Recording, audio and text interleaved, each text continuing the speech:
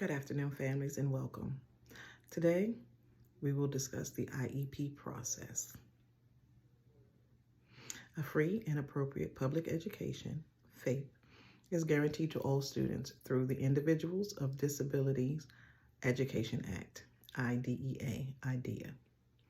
IDEA ensures that all children with disabilities receive an appropriate and quality public education without any cost to the family.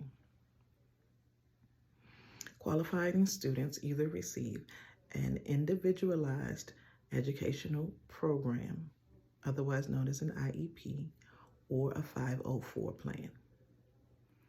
Section 504 of the Rehabilitation Act is also guaranteed by FAPE.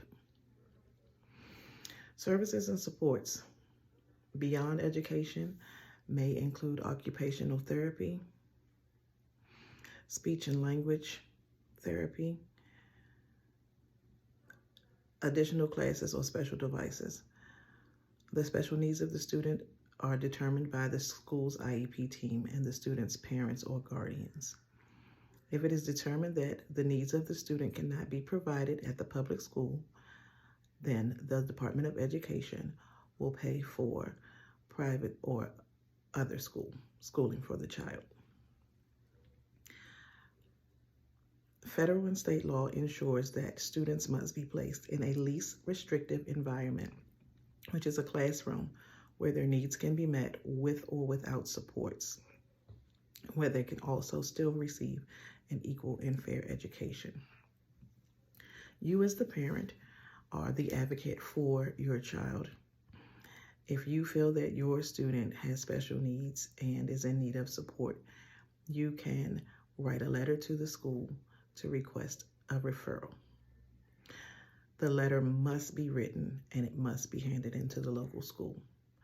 A referral can be requested by the parent, the student, classroom teacher, medical professional, or others who work with the student. After the referral is received, a local screening committee must be held within 10 days. Next, there will be a special evaluation of the student. A special education evaluation of the student. An eligibility meeting will be held following the evaluation and must take place within 65 days of the initial referral's receipt. After the referral has been approved, you must consent to your child being evaluated.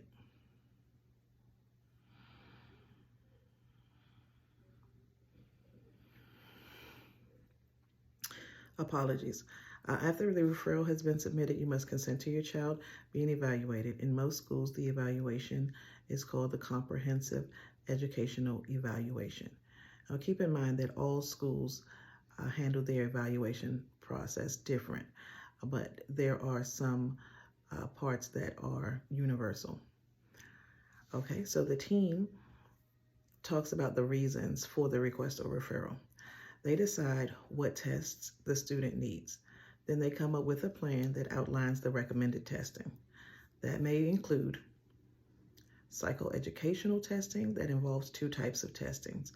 One is cognitive, the other is achievement. Cognitive tests look at how the students process information, and the achievement tests focus on academics.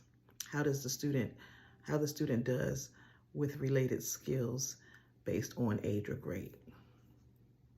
Interviews with the family may also be conducted to see, to gain information about the student's home life and their behaviors there. There will be classroom observations that take place to see what the student's behavior is like. So that's a functional behavior assessment. And this gives them a better understanding of any behavior challenges that may be getting in the way of learning.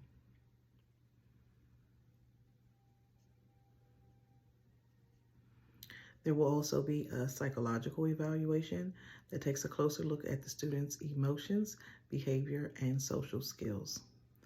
Other evaluations may include speech language, physical therapy, occupational therapy, or specialized evaluations. After the evaluations are complete, the school will send you a prior written notice. This is an invitation to the IEP meeting. Every time that there is a communication about the IEP, the school will send you a prior written notice. It also will list all of the names of everyone invited in the IEP team and their roles. You also have a chance to, at the IEP meeting, when the team is there, after everyone has introduced themselves and gone through the process and the agenda for the day, you will have a time to speak to the team. At this time, if you wanted to share any additional information, or if you have had your child evaluated outside of the school and you have that information, it would be a great time to submit it. If you have the paperwork, it would be great if you could make copies to share with the team. It's important for you to know that you have a right to see the evaluation results before the eligibility meeting.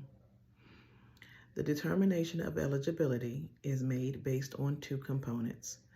Your child has to have a disabling condition that fits into one of the 13 categories defined by the IDEA and your state's regulations.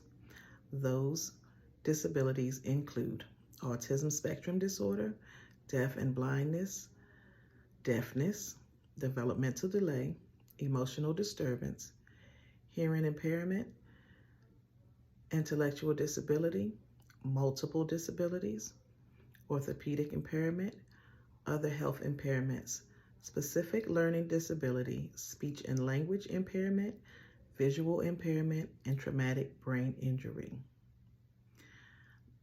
In addition to qualifying because you have one of the disabilities, the disability must also have an adverse effect on your child's education.